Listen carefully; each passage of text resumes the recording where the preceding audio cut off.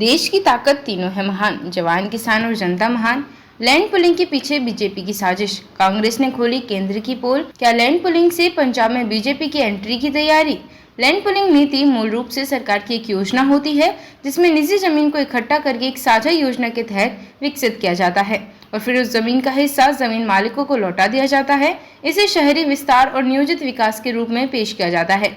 लेकिन पंजाब में भगवंत मान सरकार की लैंड पुलिंग पॉलिसी पर जिस तरह से राजनीतिक विवाद खड़ा हुआ है, वह इसे एक सामान्य नीति न बनाकर राजनीतिक साजिश और सामाजिक परिवर्तन का बड़ा मसला बना देते हैं। राजनीतिक घमासान, कांग्रेस का रुख, आम आदमी पार्टी भाजपा का गुप्त गठबंधन। पंजाब कांग्रेस अध्यक्ष अमरिंदर सिंह राजा वंडिंग ने खुलकर कहा कि यह नीति केंद्र सरकार की छत्र छाया में बनाई गई है। उन्होंने आरोप लगाया कि आम आदमी पार्टी और भाजपा के बीच अंदर खाने समझौता है और यह नीति भाजपा को पंजाब के गांव में जड़ जमाने का मौका देने के लिए लाई गई है। उन्होंने लोकसभा चुनाव का हवाला देते हुए कहा कि भाजपा के उम्मीदवार ग्रामीण इलाकों में घुस भी नहीं पाए थे, लेकिन अब आम आदमी पार्टी उनके लिए दरवाजा खोल रही है। आम आदमी पार्टी गांव में भाजपा के लिए जमीन तैयार कर रही है। ये सिर्फ लैंड पुलिंग नहीं, सत्ता पुलिंग की साजिश है।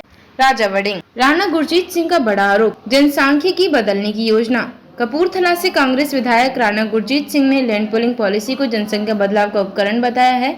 उनका कहना है कि केंद्र सरकार, आप पार्टी और केंद्रीय एजेंसियों की मिलीभगत से एक गुप्त डिजाइन के तहत इस नीति को लागू किया गया है।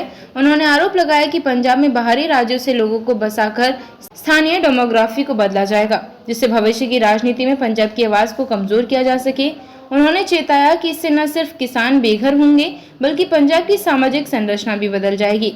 आंकड़े जो चौंकाते हैं, कुल अधिग्रहण प्रस्तावित जमीन 65,333 एकड़, सबसे ज्यादा अधिग्रहण लुधियाना में 23,000 एकड़। अन्य प्रभावित जिले मोहाली, अमृतसर, जालंधर, बठिंडा आदि।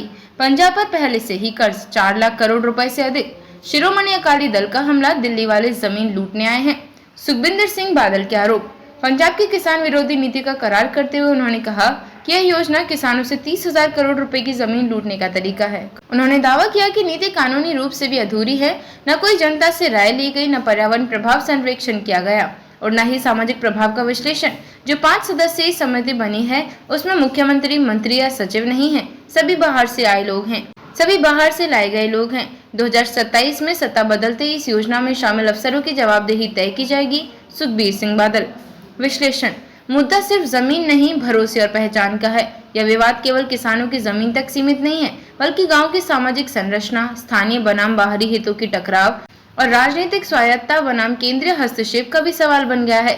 विपक्ष मानता है कि यह नीति भविष्य की राजनीति को प्रभावित करने का हथियार बन सकती है, जहां बाहरी बसाहटों के जरिए स्थानीय आबादी की आवाज दबाई जा सकेगी। निष्कर्ष, लैंड पुलिंग नीति का लक्ष्य यदि विकास है तो इसे किसानों के साथ संवाद, पारदर्शिता और संवेदनशीलता के साथ लागू करना जरूरी है। लेकिन जिस तरह से राजनीतिक दलों, सामाजिक संगठनों और किसानों में अविश्वास की भावना है, यह नीति खुद में एक विकास की कहानी कम और संघर्ष की चेतावनी ज्यादा बनती जा रही है। देखते रहिए shed speak TV, like, share और सब्सक्राइब करना ना भूलें, देश, लोकतंत्र और भविष्य की सबसे बड़ी खबरों के लिए।